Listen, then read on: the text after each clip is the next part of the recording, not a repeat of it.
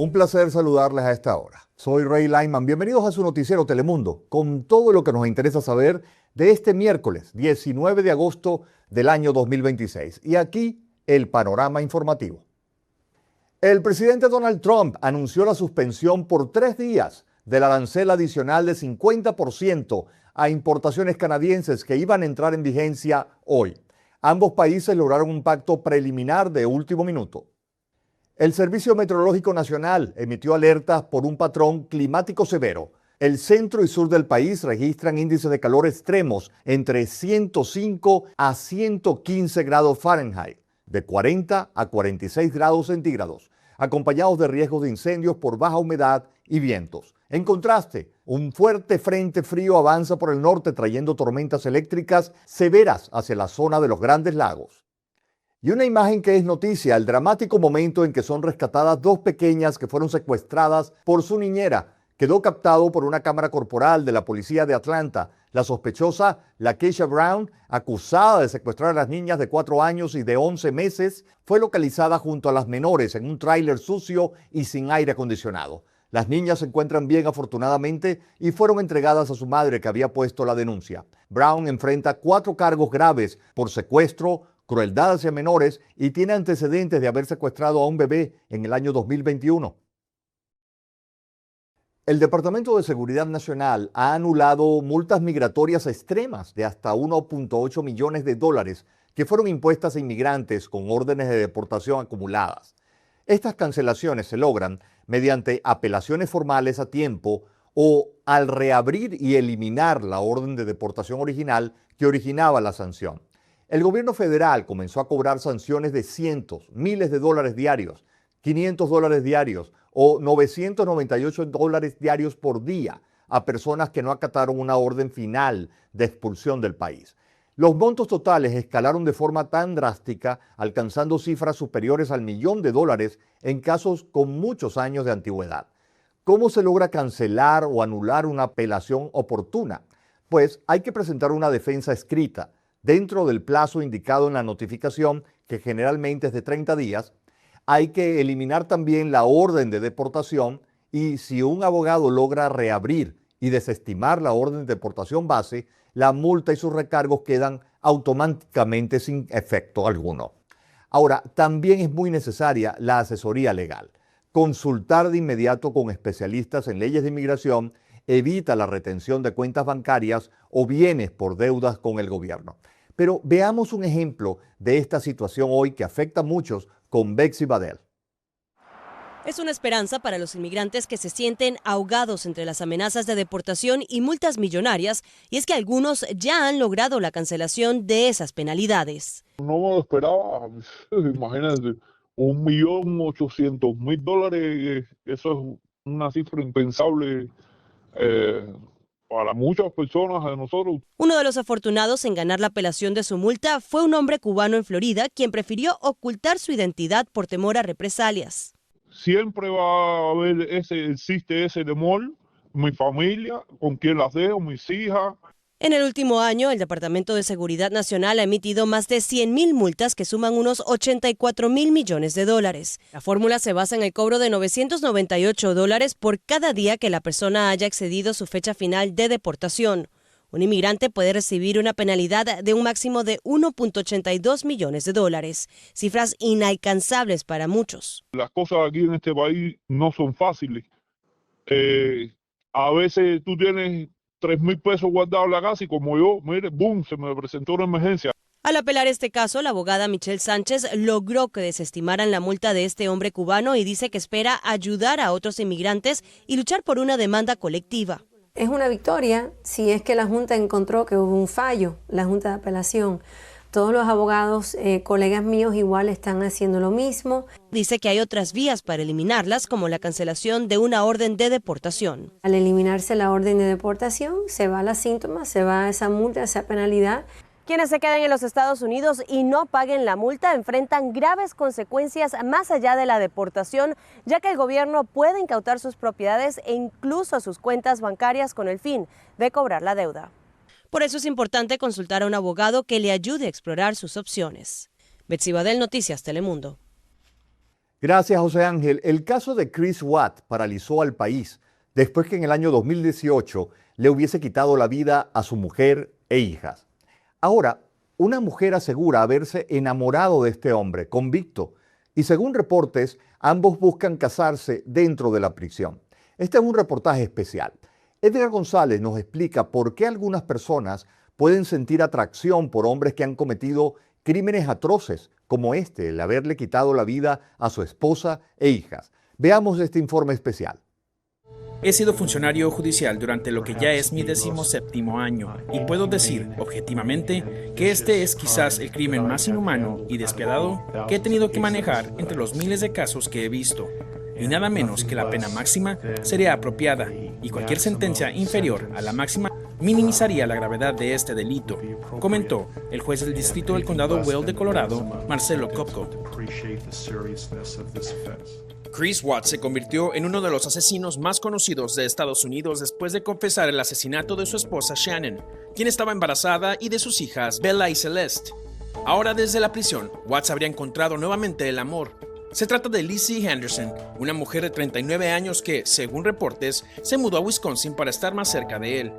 Ambos habrían solicitado autorización para casarse dentro de la prisión. Pueden ser múltiples factores los que pueden influir en que una persona tome este tipo de decisiones, pero sí podría estar influido una historia de aprendizaje, como lo que conocemos un poco como normalizar la violencia o el delito, un contexto en el que, no sé, ciertas mujeres a lo mejor crecieron en este ambiente y puede propiciar que sea mucho más fácil normalizar justamente estas conductas. Falta de apoyo social, no sé, también pues muchas mujeres no tienen redes de apoyo, no tienen como esta parte económica y pueden encontrarlo en una persona que está justamente en estas condiciones. Y la historia se repite. Los hermanos Eric y Lyle Menéndez, condenados por matar a sus padres en 1989, también se casaron mientras estaban en prisión. Eric se casó con Tammy Secoman en 1999. Después de años de comunicarse con ella por cartas. Lyle también se casó 2 veces mientras estaba tras las rejas. Uno de los casos más impactantes fue el de Richard Ramírez, el conocido Night Stalker. Ramírez fue condenado por el asesinato de 13 personas en 1996. Mientras esperaba su ejecución en el corredor de la muerte, se casó con Doreen Leo. Esto en la prisión de San Quentin. Ella había comenzado a sentirse atraída por él después de ver su fotografía en la televisión. Pero ¿cómo es que el amor pueda nacer entre 2 personas mientras una de ellas está tras las rejas? Para eso existen formas. Según estudios, las visitas conyugales, en muchos casos, pueden ayudar tanto al reo en la prisión como a la familia que se encuentra fuera de ella. Para la persona que está dentro, como la parte de la reinserción, sí, como que sí fomentan un poco que sí siga habiendo vínculo, ¿no? O sea, que sí sigan teniendo relaciones interpersonales. Pero en la parte externa, pues sí, justo lo que te comentaba hace ratito, la parte económica, si hay de por medio hijos, si no hay apoyo social, pues obviamente se va a ver la persona beneficiada en ciertos aspectos, al relacionarse con una persona que está en cárcel. Entre las estrictas normas se encuentran ser cónyuge legal o pareja registrada, presentar identificación oficial y la documentación requerida por el penal, llenar una solicitud previa que tendría que ser aprobada por la dirección o el consejo del centro penitenciario, además de cumplir con los exámenes de salud y normas de conducta exigidas. Al igual, existen normas de funcionamiento. Se realizan en habitaciones privadas, cabinas o espacios acondicionados. Están sujetas a horarios, frecuencia limitada y estrictos controles de seguridad o revisión de objetos prohibidos. Además, no todos los sistemas penitenciarios o países lo permiten. En Estados Unidos, solo unos pocos estados la autorizan y las prisiones federales las prohíben. Los investigadores utilizan el término hibristofilia para describir la atracción hacia personas que han cometido crímenes. No es un diagnóstico psiquiátrico y no significa que toda persona que se relaciona con un preso tenga un trastorno. De hecho, uno de los estudios más citados sobre este fenómeno analizó a 89 mujeres que habían iniciado una relación con hombres ya encarcelados. El 31% fue clasificado como manipulador o pragmático, mientras que el 25% fue clasificado como neurótico, ansioso o introspectivo. Pero los propios investigadores advierten que las mujeres estudiadas eran un grupo diverso y que se necesita mucha más investigación. Hacemos una pausa. Al regreso, ¿cómo va a estar el tiempo en Columbus, Ohio, en los días venideros? Aquí en Noticiero Telemundo. Pasemos a revisar el panorama informativo en Columbus, Ohio hoy. Los servicios meteorológicos emitieron una alerta por tormentas y lluvias copiosas entre la tarde y esta noche. Se calcula que partes del centro de Ohio van a recibir más de 1 pulgada de agua, lo que está complicando el tráfico matutino para este jueves. Recordemos que la región viene de registrar 11 días consecutivos con lluvias en agosto. En Columbus y Whitehall, al menos 17 escuelas están recibiendo ayuda de emergencia para asistir a familias damnificadas por destrozos e inundaciones justo antes del inicio de clases. El estado de emergencia actual sigue activo ante la magnitud de los daños en los condados de Franklin y Perry. En sucesos, un cuerpo fue hallado en pleno centro de la ciudad. En las últimas horas, la Policía Metropolitana y el forense de Franklin County investiga un apuñalamiento y muerte sospechosa cerca de East Gay Street y North Forest Street. El sospechoso del apuñalamiento saltó desde la azotea del edificio Continental Tower, perdiendo la vida por heridas autoinfligidas. Y otro suceso, balacera entre oficiales y 2 civiles heridas por este hecho. Agentes de la unidad de pandillas y un grupo especial vigilaban la zona este de Columbus debido a un tiroteo previo cerca de una iglesia. Durante una investigación en Gibbard Avenue, sospechosos abrieron fuego contra la policía sin mediar palabra.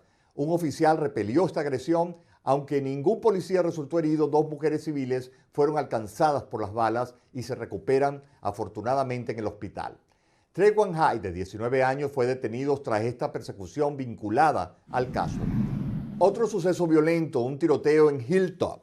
Se reportó otro incidente en el vecindario de Hilton en Glenview Boulevard que dejó a un adulto en estado crítico y a un menor de edad con lesiones leves. Y una demanda por choque fatal en la Ruta 315. Se ha interpuesto formalmente 2 demandas civiles relacionadas con el aparatoso y trágico accidente vial en sentido contrario ocurrido en la carretera estatal en la Ruta 315. Y la cifra que es noticia, 80. Un ex bombero de Columbus de 24 años, identificado como Carson Beacon, fue sentenciado a 80 meses de prisión federal. Los cargos son recepción de material de abuso sexual infantil. Y un guardaespaldas de políticos se declara culpable. Justin Salbury, ex guardaespaldas del candidato republicano a la gobernación de Ohio, Vivek Ramaswamy, se declaró culpable en el Tribunal Federal de Columbus por conspiración en el tráfico postal masivo de fentanilo y metanfetamina. Y el tesorero de las escuelas de la ciudad de Columbus presentó un informe financiero que proyecta crecientes déficits presupuestarios a 5 años. Esto ha encendido el debate local para buscar nuevas vías de recaudación de ingresos públicos para no afectar la educación en el estado. Y la salud menstrual es pionera. Columbus destaca en la prensa nacional al convertirse en la primera ciudad de Estados Unidos en proveer productos menstruales gratuitos de forma masiva en sus principales estadios y sedes deportivas. Al regreso de la pausa, la salud, noticia urgente que atender. El azúcar, el enemigo diario de todos los días. En tan solo minutos este reportaje muy interesante aquí en Noticiero Telemundo. Hay una oportunidad más grande de producir células cancerígenas con la fructosa. El estudio indica que el 65% de los adultos estadounidenses afirman consumir al menos una bebida azucarada al día. Entre ellas se incluyen las bebidas carbonatadas, ponche de frutas, limonadas y las bebidas deportivas. Y la terapia más importante es cirugía, remover el cáncer de la parte del intestino. Y esa es la parte más importante. Entre más temprano se diagnostique el cáncer, más fácil de erradicarlo.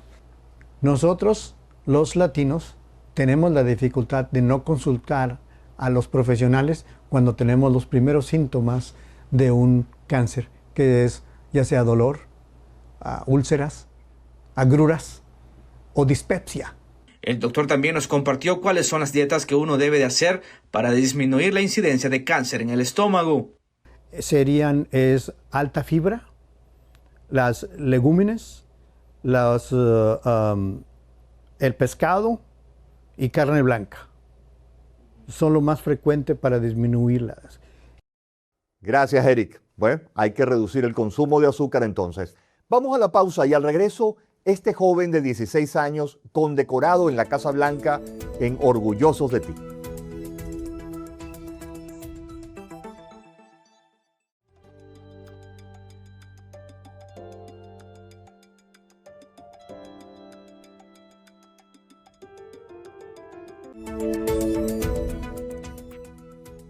Uno de los mayores actos de heroísmo en la vida es cuando intentamos salvar a alguien que está al borde de la muerte.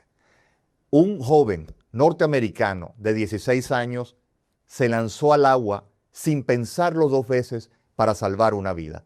Su hecho fue tan heroico que llegó a la Casa Blanca. Tan solo 16 años, condecorado en la Casa Blanca por el Estado, Ryder Williams, un salvavidas novato de California. El presidente Trump lo recibió en el despacho oval de la Casa Blanca para otorgarle un reconocimiento oficial por su heroísmo. El hecho por el cual mereció este reconocimiento ocurrió en la playa Seabright State Beach en Santa Cruz, California. Ryder arriesgó su vida al entrar al mar profundo, picado, para salvar a Nathaniel Ray, un niño de 10 años que había sido arrastrado por olas gigantes de hasta 3 metros. Esta es su historia. Este fue el dramático momento cuando en medio de las aguas turbulentas, el niño de 10 años logró ser localizado por el rescatista, después que el menor fuera arrastrado mar adentro. En medio de la turbulenta escena, ambos fueron azotados por fuertes olas. Pese al embravecido mar, el salvavidas en ningún momento soltó al menor. Después, un segundo hombre se acerca para ayudar, pero fue en vano. Otra gigantesca ola los impacta. Momentos después, 4 hombres intentan hacer una cadena humana para hacer posible el rescate, pero tampoco resultó. El alto oleaje los arrastró. Después de múltiples intentos, el pequeñito pudo ser rescatado. En medio de aplausos de los testigos que consideraron a este rescatista de 16 años como todo un héroe. El socorrista supo lo que estaba haciendo para salvar al menor. Los paramédicos revisaron al niño y luego este se reunió con sus padres. El titánico momento sucedió el fin de semana en la playa Seabright, en Santa Cruz, en el norte de California. Esto sucede cuando la División de Salvavidas del Departamento de Bomberos del Condado de Los Ángeles y los socorristas informaron que rescataron a casi 2,000 bañistas durante el fin de semana, mientras miles de personas acudieron a las playas para escapar de la intensa ola de calor que azota la región. Recomendamos precaución al meterse al agua. No se acerquen con oleaje alto, observen desde la distancia si no pueden, debido a las condiciones climáticas extremas. Los rescatistas en esta playa de Venice se encuentran en máxima alerta.